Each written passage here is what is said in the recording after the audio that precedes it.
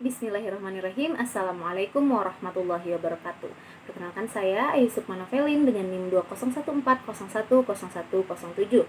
Di sini akan memberikan video pembelajaran terkait materi pernikahan untuk pelajaran fikih kelas 12. Assalamualaikum warahmatullahi wabarakatuh. Baik, apa kabar anak-anak ibu semuanya? Ya, sebelum kita memasuki pembelajaran kita pada siang hari ini, ibu akan memberi absen terlebih dahulu. Nah, di sini siapa anak-anak ibu yang tidak hadir? Apakah ada yang tidak hadir? Oke, tidak ada ya. Baik, langsung saja kita masuk kepada materi kita pada hari ini. Adakah dari anak-anak ibu yang mengetahui apa materi kita pada pagi hari ini? Betul sekali. Materi kita sekarang adalah pernikahan. Jadi bagaimana pernikahan itu di dalam Islam, ya.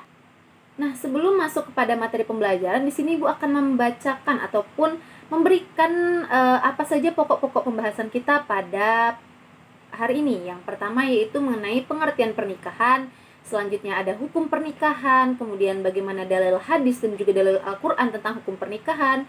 Kemudian ada juga prosesi pra-pernikahan di dalam Islam, menelaah rukun dan juga syarat-syarat pernikahan, serta menelaah tujuan dari pernikahan itu sendiri. Membahas yang pertama, yakni tahukah anak-anak ibu sekalian apakah yang dimaksud dengan pernikahan? Nah, di sini akan ibu jelaskan terlebih dahulu apa itu pernikahan baik secara bahasa ataupun secara syariatnya.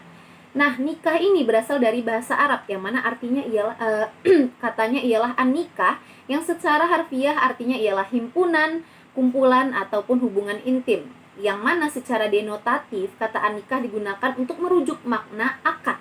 Dan secara konotatif, nikah merujuk pada makna hubungan intim. Nah, secara syar'inya, nikah adalah akad yang membolehkan atau menghalalkan hubungan intim dengan menggunakan kata ankah tuki atau menikahkan ataupun zawaj tuki, mengawinkan. Setelah membahas tadi terkait apa pengertian dari pernikahan, sekarang kita perlu mengetahui terlebih dahulu apakah dalil-dalil yang membahas tentang hukum pernikahan. Nah, di sini Ibu akan memaparkan beberapa dalil yang berasal dari Al-Qur'an maupun dari hadis yang membahas tentang hukum-hukum pernikahan itu sendiri. Yang mana ada 6 dalil, untuk 5 dalilnya itu dari Al-Qur'an dan 1 dalil itu ada dari hadis. Untuk yang pertama itu dalil ini mengatakan bahwa pernikahan sebagai sarana untuk melahirkan banyak keturunan. Yang mana ini terdapat pada Al-Qur'an surat An-Nisa ayat 1. Kemudian ada juga pada dalil yang mengatakan dengan pernikahan Allah memberikan kita itu kemampuan. Nah, ini terdapat pada Quran surat An-Nur ayat 32. Selanjutnya yang ketiga, dalil yang ketiga ini mengatakan pernikahan itu sebagai sarana untuk melahirkan keturunan dan membuka pintu-pintu rezeki. Nah, dalil ini berada pada Quran surat An-Nahl ayat 72. Selanjutnya, ada dalil yang mengatakan pernikahan dapat melahirkan ketentraman dan kasih sayang secara sempurna. Yang mana ini ada pada Quran surat Ar-Rum ayat 21. Selanjutnya yang kelima, ini ada dalil yang mengatakan bahwa pernikahan sebagai konsekuensi Allah menciptakan manusia secara berpasang-pasangan. Yang mana ini ada terdapat pada Quran surat Az-Zariyat ayat 49.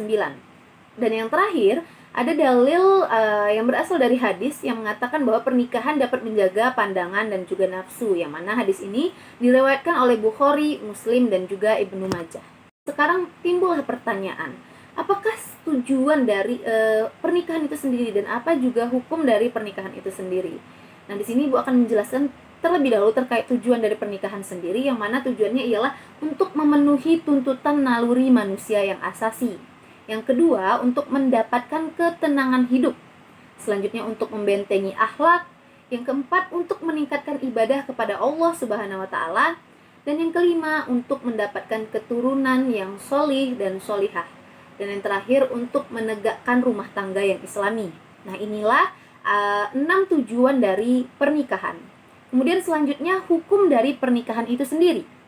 Nah, hukum pernikahan itu ada 5, yaitu wajib, sunnah, mubah, makruh, dan juga haram. Nah, kenapa dia bisa menjadi seperti ini? Yang pertama, wajib itu dikarenakan apabila seseorang telah mampu untuk menikah dan takut terjerumus kepada perzinahan.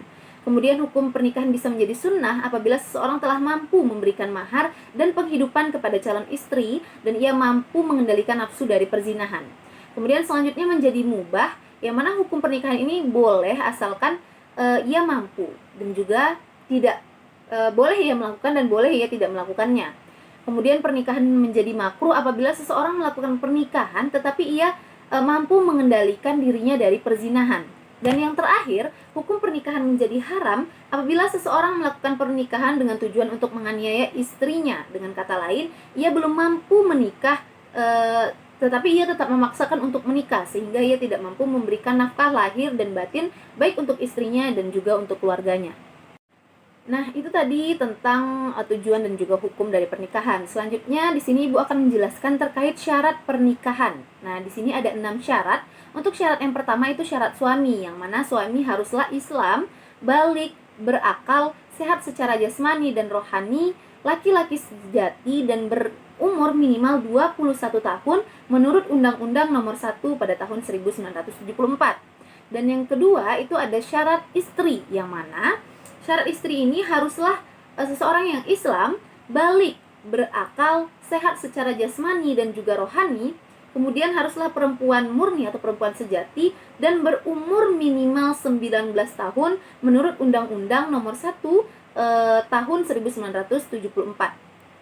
Kemudian syarat yang ketiga, ada syarat wali namanya. Nah, syarat wali ini haruslah orang yang Islam, balik, berakal, merdeka, adil, dan kemudian tidak terikat atau tidak dalam keadaan ihram atau haji dan umrah. Yang mana jenis wali ini ada 2, yaitu wali hakim dan juga wali nasab. Selanjutnya syarat yang keempat itu ada syarat saksi. Yang mana syarat saksi itu haruslah orang yang Islam, balik, berakal, merdeka, dapat mendengar, dapat melihat, kemudian dapat berbicara, adil, dan juga tidak dalam keadaan ihram. Kemudian syarat selanjutnya ialah syarat ijab.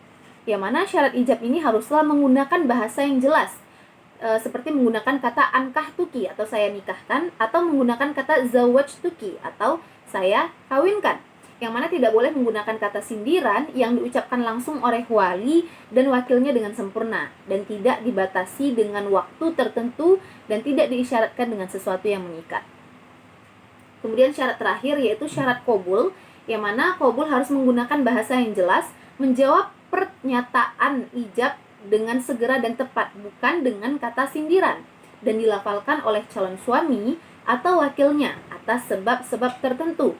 Tidak diikatkan dengan batasan waktu tertentu dan tidak diisyaratkan dengan sesuatu yang mengikat, menyebut nama bakal istri dan tidak diselangi dengan perkataan lain. Baik, selanjutnya di sini kita masuk kepada rukun-rukun dari pernikahan.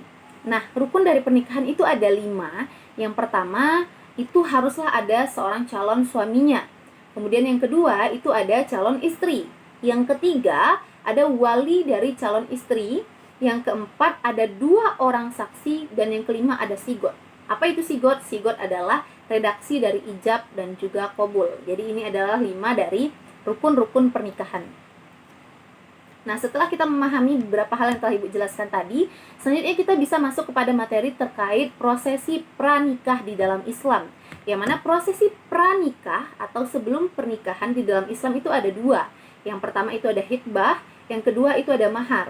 Nah, di sini perlu kita ketahui terlebih dahulu apa itu hitbah dan apa itu mahar.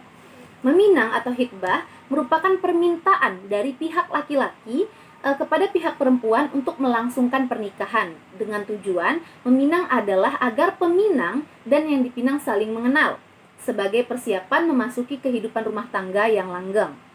Kemudian mahar atau mas kawin adalah pemberian yang wajib diberikan oleh seorang laki-laki kepada sebagai calon suami kepada seorang perempuan sebagai calon istri, yang mana mahar itu hukumnya wajib berdasarkan Quran surat An-Nisa ayat 4. Baik Ananda, mungkin hanya ini materi pembelajaran kita pada hari ini terkait pernikahan di dalam Islam. Nah, setelah mengadakan pembelajaran pada hari ini, Ibu harap Ananda dapat memahami apa yang telah Ibu sampaikan tadi terkait pernikahan dalam Islam, baik secara pengertian dari pernikahan, kemudian syarat pernikahan, kemudian rukun-rukun pernikahan ataupun prosesi dari pernikahan, prosesi dari pra-pernikahan di dalam Islam. Selanjutnya, setelah mengadakan pembelajaran ini, Ibu akan memberikan Ananda tugas, yang mana tugasnya ialah Ananda Ibu haruskan untuk meresum materi pembelajaran kita hari ini, dimulai dari materi bagaimana pengertian pernikahan sampai dengan materi terakhir, yaitu prosesi pernikahan atau prosesi pranikah di dalam Islam. Nah, di sini Ibu akan menilai dan melihat kemampuan Ananda dalam membuat resum kita atau resum materi yang telah kita pelajari hari ini. Nah, resum ini Ibu haruskan Ananda untuk mengumpulkannya pada minggu depan, yaitu pada pertemuan kita selanjutnya, dan dikumpulkan langsung kepada Ibu. Baik, mungkin ini saja dikarenakan waktu telah menunjukkan selesainya jam pelajaran kita. Ibu mohon maaf apabila ada kesalahan dalam mengajarkan materi ini. Lebih dan kurangnya Ibu mohon maaf. Syukran. Wassalamualaikum warahmatullahi wabarakatuh.